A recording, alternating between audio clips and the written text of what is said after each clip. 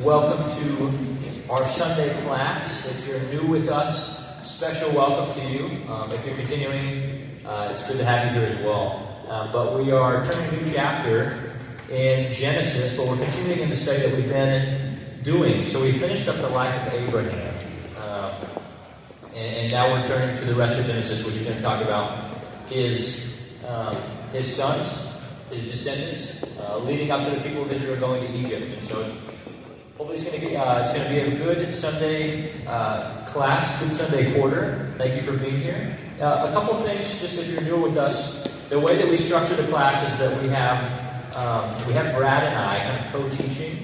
And then there's times when we'll bring in somebody else. And so I think Justin Livermore is also going to join us at some point in time and teach. So you get to hear from a variety of people, which can be good and can be challenging as well, but hopefully it's good. Hopefully it's good variety for you.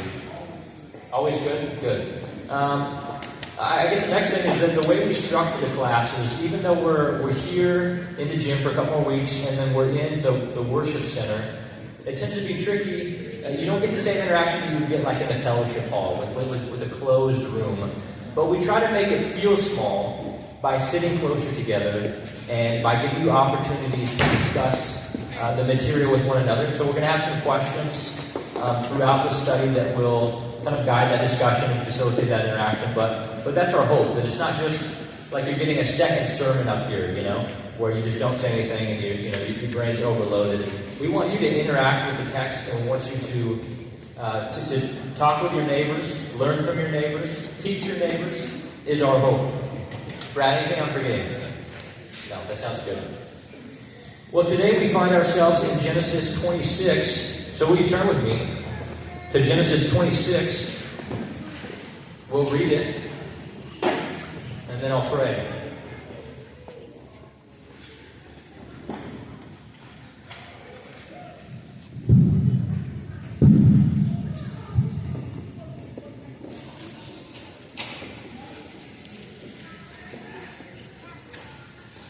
Genesis 26. It says, "Now there was a famine in the land, besides the previous famine that had occurred in the days of Abraham. So Isaac went to Gerar, to Abimelech, king of the Philistines. The Lord appeared to him and said, 'Do not go down to Egypt, but stay in the land which I shall tell you. Sojourn in this land, and I will be with you and bless you. For to you and to your descendants I will give all these lands, and I will establish the oath which I swore to your father Abraham. I will multiply your descendants as the stars of the heaven, and will give your descendants all these lands, and by your descendants all the nations of the earth shall be blessed. Because Abraham obeyed me and kept my charge, my commandments, and my statutes and my laws.' So Isaac lived in Gerar. When the men of the place asked about his wife, he said, 'She is my sister,' for he was afraid to say, 'my wife,' thinking, 'the men of the place might kill me on account of Rebekah, for she is beautiful.' It came about, when he had been there a long time, that Abimelech, king of the Philistines, looked out through the window and saw, and behold, Isaac was caressing his wife Rebekah. Then Abimelech called Isaac and said, 'Behold, certainly she is your wife. How then did you say, she is my sister?' And Isaac said to him, 'Because I said I might die on account of her.' Abimelech said, 'What is this you have done to us? One of the people might easily have lain with your wife, and you would have brought guilt upon us.' So Abimelech charged all the people, saying, 'He who touches this man or his wife shall surely be put to death.' Now Isaac sowed in that land and reaped in the same year 100-fold. And the Lord blessed him. And the man became rich and continued to grow richer until he became very wealthy. For he had possessions of flocks and herds and a great household, so that the Philistines envied him. Now all the wells which his father's servants had dug in the days of Abraham his father, the Philistines stopped by filling them with earth. Then Abimelech said to Isaac, 'Go away from us, for you are too powerful for us.' And Isaac departed from there and camped in the valley of Gerar and settled there. Then Isaac dug again the wells of water which had been dug in the days of his father Abraham. For the Philistines had stopped them up after the death of Abraham, and he gave them the same names which his father had given them. But when Isaac's servants dug in the valley and found there a well of flowing water, the herdsmen of Gerar quarreled with the herdsmen of Isaac, saying, "The water is ours." So he named the well Esek, because they contended with him. And then he dug another well, and he quarreled over it too, and so he named it Sitnah. He moved away from there and dug another well, and they did not quarrel over it, so he named it Rehoboth. For he said, "At last the Lord has made room for us, and we will be fruitful in the land." Then he went up from there to Beersheba. The Lord appeared to him the same night and said, "I am the God of your father Abraham. Do not fear, for I am with you. I will bless you and multiply your descendants for the sake of my servant Abraham." So he built an altar there and called upon the name of the Lord, and pitched his tent there, and there Isaac's servants dug a well. Then Abimelech came to him from Gerar with his advisor Ahuzath and Phicol, the commander of his army. Isaac said to them, "Why have you come to me, since you hate me and have sent me away from you?" They said, "We see plainly that the Lord has been with you." So we said, "Let there now be an oath between us, even between you and us, and let us make a covenant with you, that you do us no harm, just as we have not touched you, and have done to you nothing but good, and have sent you away in peace. You are now the blessed of the Lord." Then he made them a feast, and they ate and drank. In the morning they arose early and exchanged oaths. Then Isaac sent them away, and they departed from him in peace. Now it came about on the same day that Isaac's servants came in and told him about the well which they had dug, and said to him, "We have found water." So he called it Sheba. Therefore the name of the city is Beersheba to this day. When Esau was 40 years old, he married Judith, the daughter of Beeri the Hittite, and Basemath, the daughter of Elon the Hittite. And they brought grief to Isaac and Rebekah. Let's pray. Father, thank you for this gathering of your people. Lord, we give you thanks for your word that we get to read. There's much here, Lord, to help us to understand it, help me to properly unpack it. We need your help this morning, and so we ask for it. Glorify yourself through your word this morning. In Christ's name I pray. Amen. There's a lot going on in Genesis 26. There's a lot going on. There's a lot for us to cover, and we just can't give the same attention to everything. And so if you've been with us in this class, there'll be some parts that we hone in on, some that we just kind of briefly pass over. But what my hope is for today is that I want to spend a little bit of time explaining the setup for this chapter, because I know some of you are new here. And then I want to spend some time discussing as a group. So the beginning is going to be conversation and question heavy, in which you discuss with your neighbors. The middle is going to be pretty quick, as I just kind of teach these 6 different movements that are here. And then I'm going to end with a rather extended period of application. Well, it's going to be a little bit bigger. Me applying the word for us. And so hopefully that gives you an idea of what to expect for today. But where I want to start is that we read in verse 1 that there was a famine in the land beside the previous famine that had occurred in the days of Abraham. So Isaac went to Gerar. I made this drawing for you this morning. It wasn't left here by somebody else. I intentionally made it. This is the land. So what I want you to do is turn to the back of your Bible, those pages which you maybe seldom go to, but I think it's an appropriate morning to go there, because I want you to see how well my map lines up. So you may have a map in your Bible that says something like the time of the patriarchs, or Abraham's travels, or something like that. And what we see is that earlier in chapter 25 of Genesis, in verse 11, it said that after the death of Abraham, God blessed his son Isaac, and Isaac lived by Beer-lahai-roi. If you found that map, you'll find that you'll probably not find this place Beer-lahai-roi. It doesn't appear on any of the ones that I had in my Bible. But it says that's the same place where God appeared to Sarah's handmaiden Hagar after she became pregnant. And so Genesis gives us some indication that it's somewhere near Kadesh Barnea. You may have Kadesh Barnea somewhere in your map.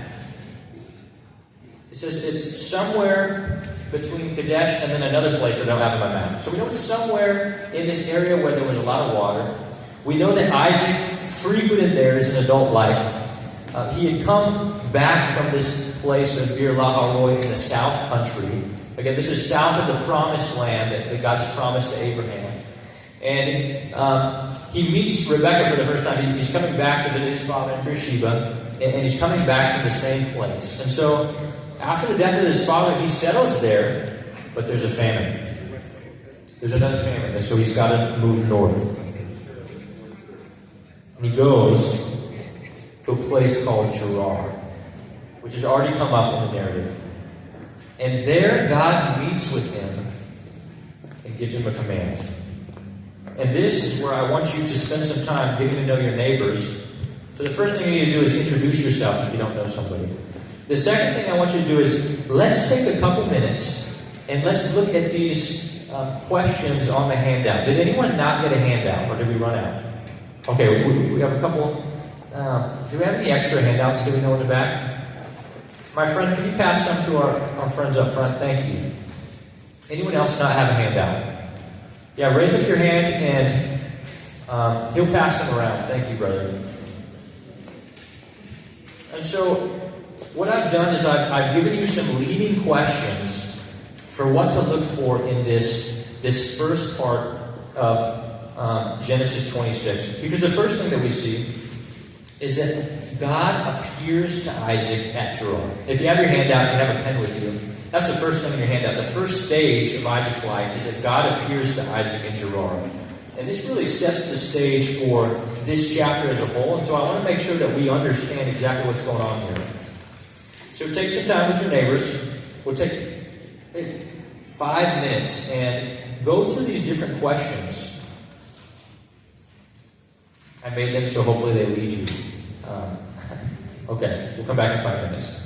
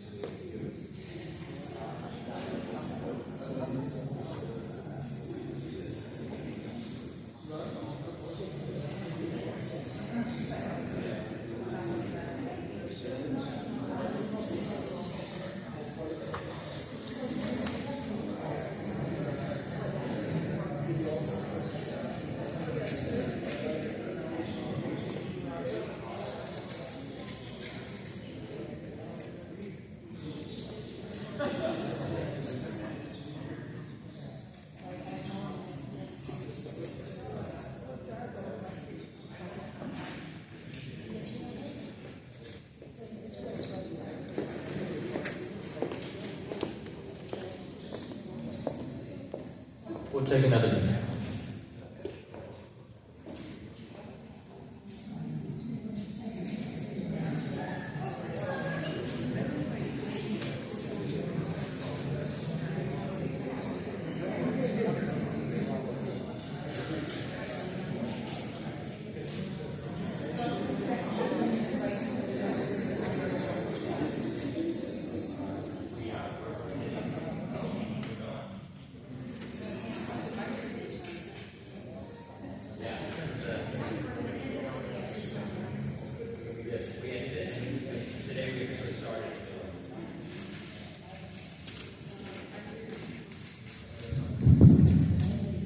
Okay, let's wrap up and come back together. Perfect time? Good. Good. Okay, so talk to me about these questions. God appears to Abraham. He appears to Isaac. Sorry, we're in a new study. And he gives him a command. Does anyone want to share? There's two different aspects of this command. There seems to be a positive and a negative. Were those pretty easy to identify? Who will share them with me? Jonas. The negative. Do not go to Egypt. Here. Let's stop on that one. That's right. So Isaac he's traveling up because there's a famine in the land. He gets to Gerar, and likely he's looking to go to Egypt. Or he has a desire to go to Egypt. Because God says to him, do not go to Egypt. Do not. That's the first part of the command that's negative. Thanks, Jonas. And Jonas, there was a second part. Were you going to share that with us? Second is stay where you're at. Stay in the land where I'm going to tell you. This land, Gerar. Stay there, is what he tells him. Yeah, and so, my hope with these questions is to show you that, if Brad or I or somebody else is up here, I don't want you to be thinking, where do they get this stuff, That's a bad thing. Because it's probably bad teaching if you're like, I have no idea where they get that stuff. I want to show you that the stuff's here, and so that's my intention with asking these questions. The second, what direct promises does Isaac receive from God? What'd you think for that?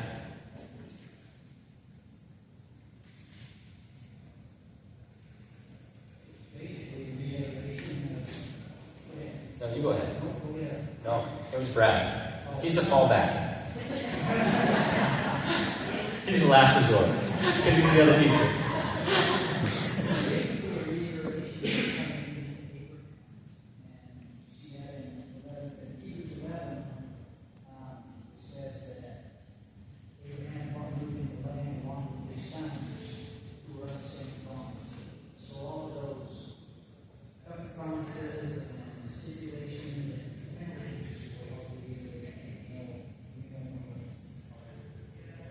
They certainly were iterated. I would put that in the category, though, of indirect promises. But because God had made a promise to Abraham, that promise was passed to Isaac. So I'm going to come back to you for the next question. No, I'm going to address it. But what here is there for Isaac? Does God give any promise to the man Isaac himself as a direct one? Margaret. So my verse 3 says... Your verse 3? Okay.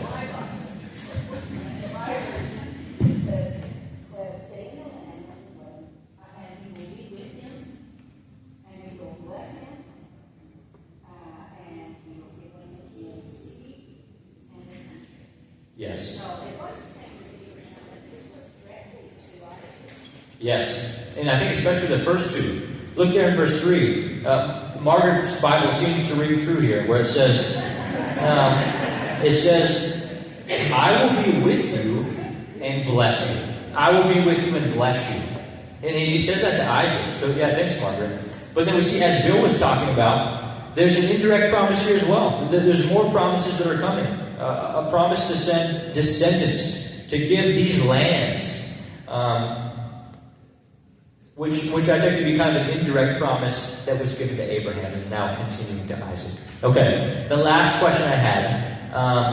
What was the reason given for the indirect promises? Is what I want to ask. So we talked about the indirect promises. What was the reason why God was going to give Isaac descendants and these lands? Yeah, Susan. Took me a few minutes. Took you a few minutes? Yes, but one of the promises to Abraham was, I will bless all the nations of the world Yeah, that's right, the blessing to the nations. Yeah, no, absolutely. But one reason in the text does it give? So he's going to send that wonderful promise of Messiah. What is the reason that God tells Isaac for why he's going to bless the nations through his descendants? You see that? Yeah. Because his father Abraham. Because of his father Abraham. This is really interesting, and to be clear, I have not mined this for all that I think is there, but I want to at least mention it. Take a look at verse 5. He says, I'm going to give you descendants, I'm going to give you all this land. Verse 5, because Abraham obeyed me and kept my charge, my commandments, my statutes, and my laws. This is an interesting note, especially because all these different words for God's laws and statutes and things like that are words that later Israel would have been familiar with. But up until this point, God has not given statutes and laws and things like this. And so, again, I'm going to say I have not mined this for all that is there. But what we see is that the obedience of Abraham is the reason why God says, I'm going to keep my promise to you. And as we even think back, those of you who were with us for the last Sunday class quarter, Abraham was not a perfect man. You think he broke some of God's statutes, you would think. And yet, you know what he did? He was a man of faith. And when it came down to it, he believed on the person and promises of God. And he grew in his faith to where when God asked him to sacrifice his one and only son, he did it. Because he believed that God was going to either raise him from the dead or do something. And so we see that Abraham, this man of faith, is lifted up as a man that was obedient. And that's the reason why God's going to continue these indirect promises. Okay, thanks. We got to keep moving. We see in verse 6 that Isaac obeys God. So God says, do not go down to Egypt, but stay in the land that I'm going to tell you. Stay in this land, he says, the land of Gerar, which is in the southern portion of the promised land. God says, stay there. Isaac obeys. And so whereas a life in Egypt maybe will have been easier, as we will see, Isaac chooses to stay in the land that God tells him to stay. And so the second thing, Isaac obeys God, but out of fear lies about his relationship to Rebekah. Isaac obeys God, but out of fear he lies about his relationship to his wife. He says that she's his sister. This is an account that is similar to two other accounts in Abraham's life. One of them was in the same place, possibly with the same man. But what we see is that there are key differences, and so it's not just some reiteration of the same story. It's possible that this Abimelech is just like a title of a ruler among the Philistines, so it's not actually his name. It could just be a dynastic title. Because the time that has elapsed since Abraham's incident in Genesis chapter 20 with Abimelech and Gerar is somewhere between 75 to 90 years. And so it's a long time. And so if he was a young man when Abraham first came, it's possible that the same Abimelech is still ruling, but it's also possible he's just another guy. Anyways, worth mentioning. But it says there that, you know what I'm going to do? I want to go to the second set of questions that I have. There's a second set of questions, and then we're going to keep cruising. So let's go ahead and take a little bit shorter time. Let's take 3 minutes. 2.5 minutes to talk about these two questions about this account. And then we'll come back together. 2.5.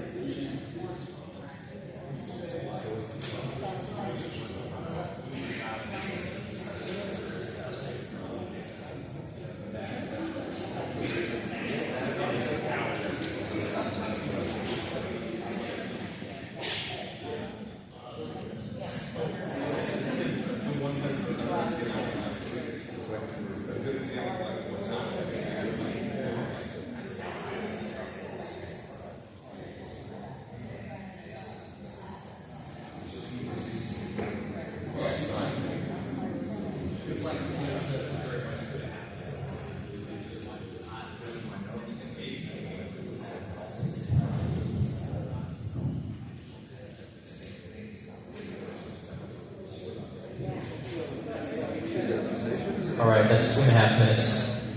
Let's go ahead and come back together. And I think something I need to explain about my questions is that, sometimes God's Word uses even people who are not among God's people. He uses people of the world to teach lessons to His people. And so Israel, who would have read this account later on, keep in mind that it's not wrong or not unlikely that God uses people like a Philistine king to make the point that He's trying to make. And so it's not God coming and telling Isaac, you're wrong here, you shouldn't have lied. But the king does that. And so there's different ways that Scripture teaches us the lesson. And while this is history, Genesis 26, this history teaches because it's a special kind of history. It's history that's recorded by God's prophet Moses for His people. And so he takes history, it's accurate in its details, but it's arranged in such a way as to teach God's people. And so we need to keep that in mind when we come to big, thick passages like this. Like, it's not just for us to read so we can get tired before bed. Like, we want to come and learn this. And so the questions, along with that, what lessons might God people have learned about marriage from this account? What'd you think? Stuart? If you're going to lie, especially about your wife, don't expect her to join you back you up. Don't expect your wife to join you. Yes. Well, I mean, but she didn't out him, I mean, they maintained their husband-wife relationship, but she didn't go and tell the men, it says, But I think that is still a good principle. Don't expect your wife to lie alongside with you. And you husbands better take that to heart. Grace.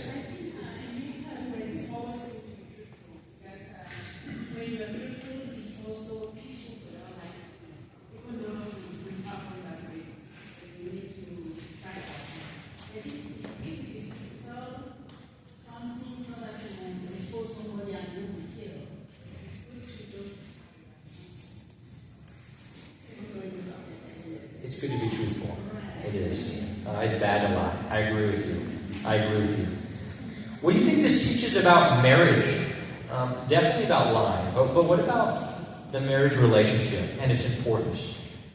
Any thoughts about that? Yeah, talk about that, Sandy. He did. He did.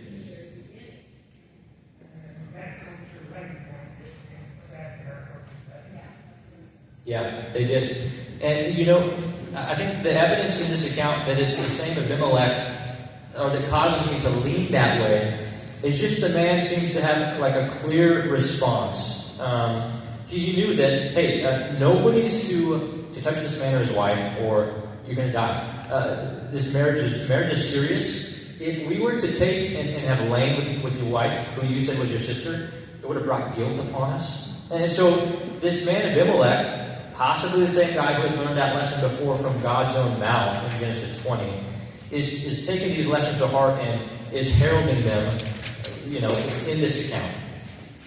Anything else you want to say? Actually, no, we better move to the second. Okay. What lesson might God's people have learned about their reputations among the Gentile nations? What lessons do you think they would have learned? I think what Grace shared is touching on it. But anyone want to expand on that? Yeah, Amy. Lying mars a reputation, and it makes you untrustworthy. Yeah, lying mars your reputation. It never works out. Yeah, Tara. We take our eyes off God and onto man and start fearing them. That always leads to sinful actions, but then we would also lead to a lot of learning from other people as well. That's a That's a great point. Yeah, fear of man always has bad consequences, and they don't end with us. They stretch out and they affect people around us. That's a great point. No, thank you for sharing those things. Just to talk a little bit about this account, Abimelech looks out the window and sees Isaac caressing or playing with Rebekah, and they're not playing jump rope. This phrase indicates that the two were clearly relating to one another as a husband and a wife. But it's even more than that, because this word caressing or playing, I don't know exactly how it appears in your translation, it carries significance beyond just that, because it's Isaac's name. It's his name verb, which means to laugh. And so what we saw in our last report is that Isaac's named it to laugh because it was laughable that God would bring about a child to these two old people. I mean, they themselves laughed. Abraham thought, when God promised to send him a son through Sarah, he just laughed because of the human impossibility of this. You have two people, old as dirt, respectfully, and they're not going to be having a kid. And so it was laughable that God said, no, you're going to have a kid. You're going to have a son through Sarah. We see that Sarah herself laughed, when the promise came. And so it carried this significance that, God is laughing at the situation because he's bringing about the humanly impossible. But here in our passage, it takes on a new flavor. And it's not a good flavor, because who's laughing? Abimelech's not laughing, right?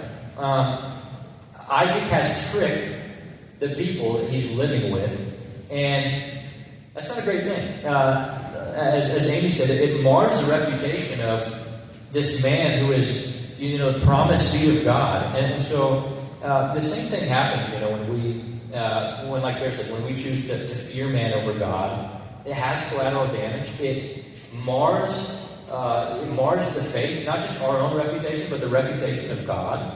And so I just want to say that we ought to live a consistent life of obedience to God. How backwards to herald the importance of obeying God and then set up moral landmines for those living around us. That's wrong. That's wrong. It's an embarrassment to us, and it's an embarrassment to our profession of faith. Okay. We got to move on. We're going to go through these next few sections very quickly, and then I'm going to turn to the application. Is that okay? You'll forgive me for going very quickly through these? The third stage of Isaac's life is we see that God blesses Isaac in Gerar as he had promised. In verses 12 to 17, we see that God blesses Isaac in Gerar as he had promised. We talked about this promise given directly to Isaac, and it was, I will bless you and be with you. And so these next two sections, we're going to see that God keeps his promises. And really, Genesis is a great record of God making promises and keeping them. And so we as God people ought to understand, when God says he's going to do something, he's going to do it. And he's got a track record of marking every tick. There wasn't a day that he forgot what he promised. We see that he blesses Isaac materially. It says in verse 12 that Isaac sowed and reaped 100-fold. Verse 13, and the man became rich and continued to grow richer until he became very wealthy. That verse should sum it up for you. He's growing. He's growing in wealth. He had possession of flocks. And so God blessed Abraham. God blessed Isaac. I'm sorry. I'm going to keep calling him Abraham probably for the first couple times. The next movement in verses 18 to 22 is that Isaac moves outside the city. He moves outside the city because the men of Gerar, they were unhappy with him. He grew powerful. He was rich. His possessions were increasing, and they didn't like that. They envied him, and Abimelech eventually says, you got to leave. You got to leave. And so you see that Isaac moves outside the city and proactively endures difficulty. This is how I phrased it. And so he's moving. He's going to be going closer to Beersheba. But he's now outside the city with his flocks. Okay. The next, I guess to talk just a little bit about that, the difficulty that Isaac has there is over wells. Right? His wealth wasn't sitting in the bank. It was like mowing in the field and buying in the field. And so, if you go a couple days without water, it dries up his wealth. And so you have to, water was something that was so important for him staying there and maintaining the wealth that God had blessed him with. But what he finds is that as he redug the wells that his father Abraham had dug, and he named them the same names, he says that these wells began to be quarreled over. And the herdsmen of Gerar come, and they quarrel with him. And so he's got difficulty. And we were given an account of 2 wells that he digs, and they come and they say, no, it's ours. It's our water. Get out of here. And so there's no room. He's having difficulty in finding a place until at last he moves further south. And it says that he finds a place. And he names the well Wide Open Spaces, or something like that. Room. He names it Wide Open Spaces because at last the Lord has given him space. Okay. He proactively endured difficulty. The 5th movement. Both God and man affirm that God is with Isaac as he had promised. This is why I think it was so important to talk about those promises that God gave directly to Isaac, because what we see is that God himself affirms that he is with Isaac. It says in verse 23, then he went up and went to Beersheba, and the Lord appeared to him that same night and said, I am the God of your father Abraham. Do not fear, for I am with you. And we see this very same thing communicated out of the mouth of this Abimelech. And he says, he comes to Isaac in verse 28. He says, we see plainly that the Lord has been with you. The Lord is with you, and we recognize that. And so we see that both God and man affirm that God is with Isaac, as he had promised. The last movement before we get to application here is that Isaac and Rebekah are grieved over Esau's wives. This is a shift. They've settled at Beersheba. Esau marries a couple ladies from the Hittite clan, and they bring trouble. They bring grief to Isaac and Rebekah. Okay, we're going so fast. We are almost at time, and so I'm going to go ahead and go quickly through these application points. But what are we as God's people to pull from a passage like this? There's so much in there. What are we to pull?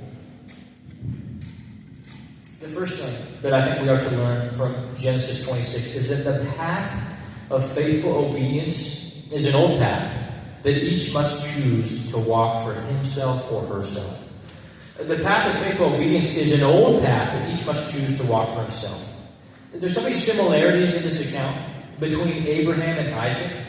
This is really Isaac's whole life condensed down into one chapter, whereas Abraham's life spanned 12 to 13 chapters. But what we see is that there's so many similarities. And I think we got to key into that and see that, there's something here. And it doesn't mean that your life is going to look the same as your parents if they were godly people. And it doesn't mean that your life is going to look the same as the people sitting next to you. Yet there are enough similarities between these two men's lives that I think it justifies me mentioning this point, that there is a path of obedience that each must choose to walk. Just as Isaac had the choice when God came to him at the beginning of the chapter. And so we see that God was pleased to give Isaac a life that mirrored that of his father, because the path of faithful obedience was an old path walked before and has been walked after. I mean, God is the same God. His promises rang true in the same places where they had before. And so this is just reinforcing his faithfulness and our understanding of it. And then we see that Isaac responded to God's faithfulness like his father did, in trust and worship. And not always immediately, but growing over time, he trusted God and he worshipped him. Okay, the next point. God guides us today. He guides us today by his word and circumstance. And those are the two things that he used to guide Isaac. But unlike Isaac, we don't get any new and direct promises. You and I don't get those, my friend. You're not going to hear from God, I'm going to bless you next year. God doesn't speak that way to us. No, if God did speak today, as some people, they want to hear a message from God, if God did speak today, you know what he would say? I think it would be something like this. Everything that I promised to do, and everything that my son promised to do in this book, will come to pass. That's what he would say. You'd be like, wait a minute. You mean I've had it all along? And so we should recognize that God uses his word to direct us. To say no to some things. And yes to others. But he guides, secondly, by circumstance. And I'm sure you found that to be true if you've walked this life for a while. There are places where God functionally says, don't go there. And he tells you that clearly by closing doors. Right? The path that you thought was going to a place, sometimes he closes that and he dries it up. And through that, he communicates to us and guides us where he wants us to go. And so I just want to ask you, friend, has God given you a definite no through circumstance? Have you recently come upon something where God says, no, you're not to go there, you're not to do this? If so, how are you handling that? How are you handling that? I just want to ask that as a rhetorical question. And I just want to be sure that we don't lose the distinction between when God says no and when he says not yet. Because sometimes he says not yet. And so there's good things that we ought to keep praying and seeking that will come in time. Okay. God guides by his word and circumstance. We got to keep going. We're almost out of time. God's people, the next point, God's people have always been and still are imperfect and weak. I'm imperfect and weak. You, my friend, are imperfect and weak. And that's what we see in this repeated account of this lying to save their own skin. We saw it twice in the life of Abraham. We see it once here in the life of Isaac. And the point that's trying to be made, I think this commentator Derek Kidner said it best. He said, the repeated lapses emphasize the chronic weakness of God's chosen material. And God chooses weak beings, right? And so we're going to fail, but we hope that over time you learn to trust God more. And the whole reason why we come together is to build one another up, right? We want you to be growing in godliness. Okay, the next point. I think we ought to be brave. I think you ought to be brave in your faith and avoid cowardly, underhanded ways, so that you might establish a good reputation in the world and avoid embarrassing your faith. That's so long. Why can't I write shorter sentences? I don't know. Be brave in your faith. When you encounter danger and difficulty in the world, stay true to God. Be an honest person even when it's hard, even when it costs you. Because only in that way will you establish a good relationship, a good reputation with the world and avoid embarrassing your faith. Okay. The next. When life gets difficult, be patient, be proactive, and continue to trust in God. When Isaac encountered difficulty with the herdsmen of Gerar, what did he do? He went and he dug another well. Right? He said, okay, this is not the place that God has for me to live. But God has said, live in this land. So I'm going to find a place where there's room for me. And so we ought to be patient as we We find the place where there's room for us. We got to be patient. But we got to be proactive too. We can't just wait. He's digging wells, right? The sweat of his brow, the sweat of his men's brow. But all the time we got to continue to trust in God. He will come through. I promise He will. Okay. This is the last one. This is the last one. It's on the second half of your handout. The back page. Even when you are walking on the path of faithful obedience, this life will continue to bring you difficulty and grief. Even when you're where God wants you, even when you're doing what you know He wants you to do, life's still going to be difficult. You're still going to have grief. That is guaranteed. A depressing but realistic book is Ecclesiastes. That's what Solomon comes to write. Because I think there's this idea that we have these rose-colored glasses that when we get to that place, when we overcome this sin, it's all going to be better for us. We're going to have no grief. We're going to be over it. And the truth is, friend, the only thing that you're going to find in this life is difficulty and grief. That's why we put our hope in the life to come. Right? There's promises there. There's a life for us there. What do we do here? We trust. We endure. We help one another out. Okay, those are my application points. We're over time. Thank you for your patience with me. Can I close with a word of prayer? Father, thank you for this chapter of Isaac's life. And Lord, I pray that the things that we have learned from it, Lord, we would put into practice. And so I pray for these people here. Lord, I pray for them as they are maybe encountering difficulties or will encounter difficulties. God, I pray that you would give them promises now that they can rely on. And I pray, Lord, that they would be convinced in their mind that you are a God who is worthy to be trusted. And God, your character is a character that is trustworthy, and your promises are sure. And so I pray that you would help that sink into these people now, that they might be prepared for the difficulties and griefs of life that come their way. Lord, help us as we begin this study and continue it in the weeks to come. Would you be merciful and gracious to us? Lord, I pray all this in the name of our precious Lord, Jesus Christ. Amen. Thank you. Be dismissed.